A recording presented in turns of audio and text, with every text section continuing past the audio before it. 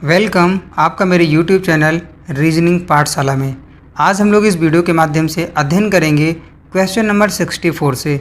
इसके पहले मैंने 63 नंबर क्वेश्चन तक आपको पढ़ा दिया है, वीडियोस अपलोड कर दिया है अपने इस चैनल पर। यदि आपने अभी तक नहीं देखा है तो आप मेरे चैनल पर विजिट करिएगा। सभी वीडियोज़ को आप सीरियल वाइज देख लीजिएगा, जिससे कि आने वाले एग्ज़ाम में आपको इसका फ़ायदा मिल सके। और मैं आपसे यही उम्मीद कर रहा हूँ कि आप आने वाले एग्ज़ाम के लिए प्रिपरेशन अपनी कर रहे होंगे और आप मस्त होंगे, बढ़िया होंगे, स्वस्थ होंगे।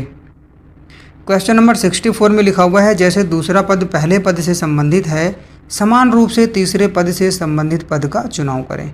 देखिए यहाँ पर लिखा हुआ है चुंबकीय क्षेत्र, यहाँ ऑर्टेड लिखा हुआ है। ये दोनों शब्द आपस में किसी तरीके से रिलेशन बनाते हैं, रिलेशन रखते हैं। आपको वही बताना है कि क्या रिलेशन है, क्या संबंध है इनमें आपस में। यहाँ पर शक्ति लिखा हुआ है, यहाँ पर भी कोई एक शब्द आएगा इन्हीं चार ऑप्शंस में, ये आपको ढूंढना है। ठीक है, तो देखिए चुंबकीय क्षेत्र से संबंधित हैं ऑर्टेड। ऑर्टेड एक वैज्ञानिक हैं और वो चुंबकीय क्षेत्र के वैज्ञानिक हैं। ऑर्टेड का पूरा नाम है हैंस क्रिश्चियन ऑर्टेड। तो आपको ये समझ में आ गया होगा कि चुंबकीय क्षेत्र से संबंधित एक वैज्ञानिक हैं, तो शक्ति से संबंधित भी यहाँ पर एक वैज्ञानिक आना चाहिए। ठीक है, वोल्ट तो एक कोई वैज्ञानिक नहीं है, वोल्ट एक जो है और लाइट का एक पैमाना है नापने का, आपको पता होगा वोल्ट में। ठीक है, और देखिए लीटर ये भी एक जो है मापने का पैमाना है, मीटर भी एक मापने का पैमाना है, लेकिन वाट अर्थात जेम्स वाट एक वैज्ञानिक है। किससे संबंधित है ये? तो ये शक्ति से संबंधित है। तो क्वेश्चन नंबर 64 का आंसर होगा ऑप्शन नंबर सी।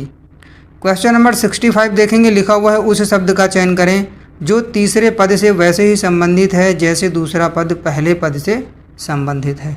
देखिए यहाँ पर लिखा हुआ है पेट्रोल और कार। ठीक है, और यहाँ पर भी कोई एक शब्द आएगा इस जगह पर, आपको बताना है। इन्हीं ऑप्शंस में से एक होगा।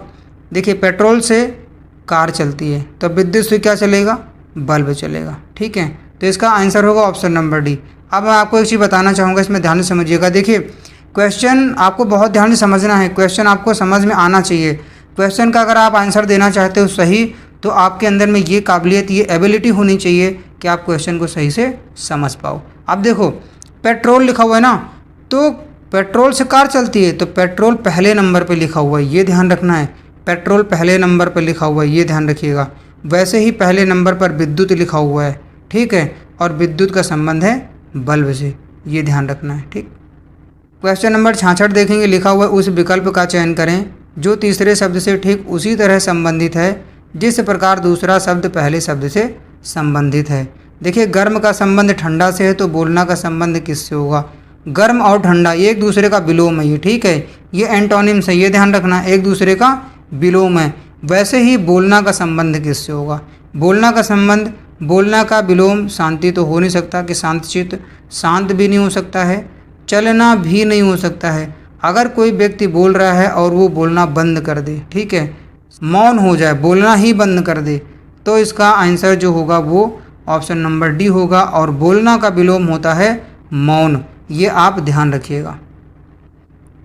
क्वेश्चन नंबर 67 में लिखा हुआ है उस पद का चयन करें जो तीसरे शब्द से ठीक उसी तरह संबंधित है जिस प्रकार दूसरा पद पहले पद से संबंधित है। देखिए कलाई और घड़ी का कोई संबंध है, तो यहाँ पर उंगली का भी कोई संबंध होगा किसी शब्द से, चारों में से ऑप्शन से। ठीक है, देखिए कलाई में क्या पहनते हैं? घड़ी पहनते हैं। तो वैसे उंगली में क्या पहना जाता है यही आपको बताना है। जोड़ होगा नहीं, अंगूठा होगा नहीं, नाखून होगा नहीं। ठीक है, कोई वस्तु बताना है, क्योंकि देखिए घड़ी एक वस्तु है और वो हाथों में पहनी जाती है कलाई में। वैसे ही अंगूठी होगा, इसका आंसर ऑप्शन नंबर बी। ठीक है, उंगली में अंगूठी पहनी जाती है, ये आपको ध्यान रखना है। क्वेश्चन नंबर 68 देखेंगे, ध्यान से समझिएगा। देखिए कांच का संबंध पारदर्शी से, ध्यान समझिएगा। ठीक है, तो लकड़ी का संबंध किससे होगा? देखिए कांच जो है वो पारदर्शी होता है। पारदर्शी का मतलब होता है ट्रांसपेरेंट। ट्रांसपेरेंट का मतलब होता है कि आप कांच से आर पार देख सकते हो। मतलब कांच में अगर आप देखोगे तो इस साइड से दूसरी साइड में देख सकते हो, ये आप समझ सकते हो। कांच में आर पार दिखाई पड़ता है। ठीक है, वैसे ही क्या आप लकड़ी में आर पार देख पाओगे? क्या ऐसी लकड़ी की क्या विशेषता है? क्या पेंट की विशेषता है लकड़ी? नहीं। लकड़ी के फर्नीचर है ऐसा भी नहीं है, ब्लॉक भी नहीं है। ऐसे ही संबंध देखना है, जैसे कांच का पारदर्शी है ना, ऐसे संबंध है, वैसे ही लकड़ी का भी संबंध देखना है। ठीक है, लकड़ी का आप फर्नीचर मत निकाल दीजिएगा, ये ध्यान रखिएगा। ठीक है, तो लकड़ी का संबंध होगा ऑप्शन नंबर डी से, इसका आंसर होगा। ठीक है, क्योंकि लकड़ी जो है वो अपारदर्शी होती है। अपने आंखों के सामने आप ऐसे ही लकड़ी लगा लीजिए। ठीक है, लकड़ी लगाएंगे तो क्या आपको दूसरी साइड दिखाई पड़ेगा? बिल्कुल नहीं दिखाई पड़ेगा।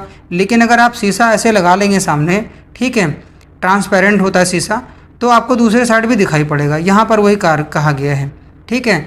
तो पारदर्शी का मतलब होता है ट्रांसपेरेंट, ये आपको ध्यान रखना है। तो लकड़ी का संबंध जो होगा अपारदर्शी थे। लकड़ी कैसी होती है? अपारदर्शी, ठीक है। तो बस दोस्तों इस वीडियो में इतना ही। उम्मीद करता हूँ वीडियो आपको पसंद आई होगी।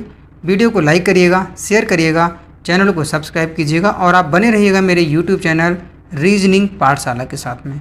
दीजिए मुझे इस वीडियो में इजाज़त। मिलता हूँ मैं आपको नेक्स्ट वीडियो में नेक्स्ट कंटेंट के साथ। तब तक के लिए नमस्कार।